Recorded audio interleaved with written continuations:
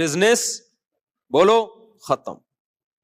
چاہے تیری میری بریانی کا ہو, وہ جو ہم ربن کاٹ کے آئے, یا کسی میری تیری بریانی کا ہو, آڑی ترچھی بریانی ہو, ٹیڑھی میڑھی بریانی ہو, سیدھی سادی بریانی ہو, کوئی بھی ہو, کچھ بھی نہیں چلے گا بزنس. بھوک مجبور کرتی ہے ہم پیسہ خرچ کریں, روٹی خریدیں, گوشت خریدیں, بریانی خریدیں, برگر خریدیں, تو یہ سب بھوک اور پیاس ہمیں مجبور کرتی ہے. تو یہ جو چوتھی چیز ہے یہ ہے قوت شہوانیہ, یہ بھی انسان کے اندر اللہ نے قوت رکھی ہے. پانچویں چیز ہے قوت, یعنی محبت کے اپوزٹ میں بیان کرنا چاہیے, بغض اور نفرت. محبت کے اپوزٹ کیا ہے؟ بغض اور نفرت. یہ نفرت بھی بہت سارے کام کراتی ہے انسان سے, کچھ پازیٹو اور کبھی نیگیٹو. پازیٹو بھی بہت کراتی ہے نفرت.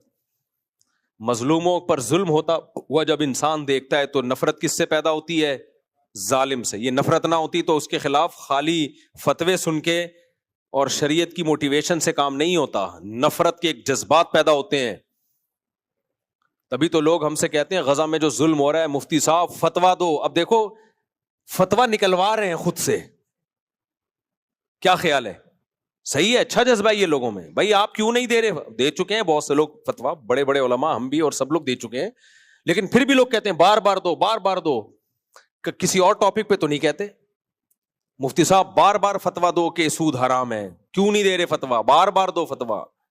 مفتی صاحب بار بار فتوا دو کہ اکٹھی 3 طلاقیں ناجائز ہیں, بار بار. نہ بھائی ایک قوم پہ ہم ظلم ہوتا ہوا دیکھ رہے ہیں, جذبات بھڑکتے ہیں تو ایک دم ظالم کے خلاف نفرت کے جذبات پیدا ہوتے ہیں.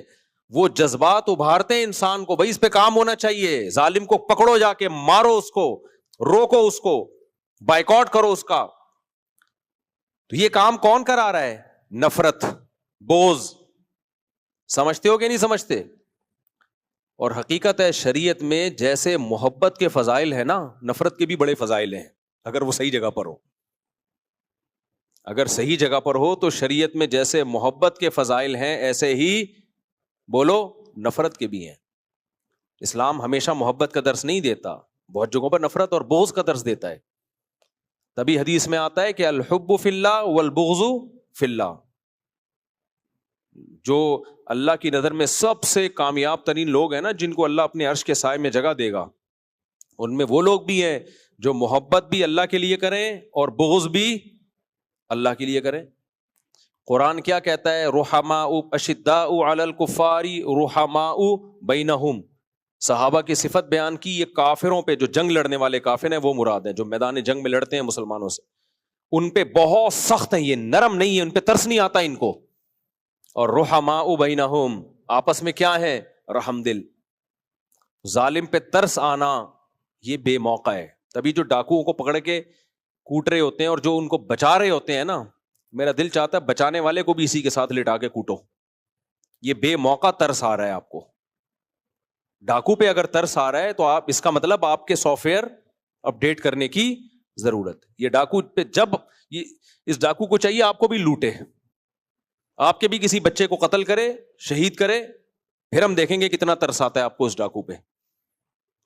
میں نیو کراچی میں امام تھا, ایک صاحب آئے, مجھے بچہ, نوجوان بچہ تو نہیں تھا, نوجوان آدمی ٹائپ کا ہی پورا, کہنے لگا مفتی صاحب یہ نیو کراچی میں جب ڈاکوؤں کو پکڑ کے لوگ مارتے ہیں, مفتی صاحب یہ بہت زیادہ مارتے ہیں, مفتی صاحب پلیز آپ بیان کریں, ایسے نہ مارو.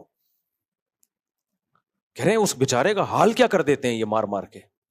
نیو کراچی میں اگر کوئی ڈاکو پکڑا جائے نا تو بہت ہی اس کا حشر نشر کرتے ہیں وہ. تو میں نے ان سے کہا, میں نے کہا ٹھیک ہے میں بیان کروں گا, ڈاکوؤں کو پھولوں سے مارا کریں, پیار سے مارا کریں, یوں کر کے ایک یوں چماٹ مارا کریں ڈاکوؤں کو آ کے. خدا کے بندے, ڈاکوؤں نے کتنے, جب جوان بیٹوں کی لاشیں گھر میں آتی ہیں جن کو ڈاکوؤں نے مارا ہوتا ہے, ماں باپ پہ کیا قیامت گزرتی ہے. جوان بیویوں کے جوان شوہر, جب جوان عورتیں بیوہ ہوتی ہیں, ہوا نہیں سویڈن سے میاں بیوی کا جوڑا آیا ادھر عید کے موقع پہ, اور ڈاکوؤں نے مار دیا اس بیوی کے سامنے اس کے جوان شوہر کو, اور ایک چھوٹا بچہ, وہ بچہ بھی اپنے باپ کی لاش کو تڑپتا ہوا دیکھ رہا ہے. کیا گزری کہ ساری زندگی کے لیے وہ مینٹلی وہ متاثر ہو گیا. اب سامنے اپنے بچہ باپ کو تڑپتے ہوئے دیکھ رہا ہے اور بیوی اپنے شوہر کو تڑپتے ہوئے دیکھ رہی ہے.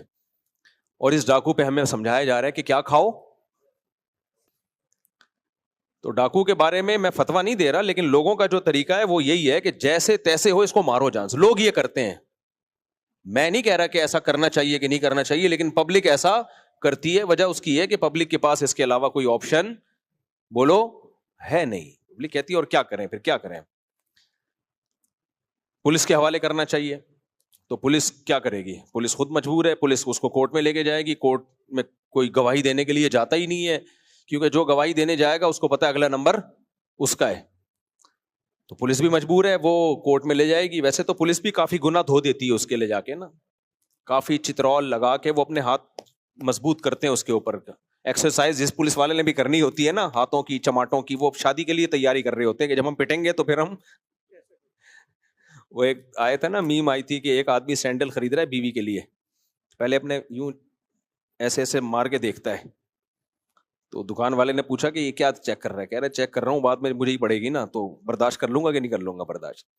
خیر, تو یہ ہے قوت غضبیہ یا نفرت یا بغض. اور بھی قوتیں ہیں, لیکن انسان کی زندگی میں سب سے زیادہ کردار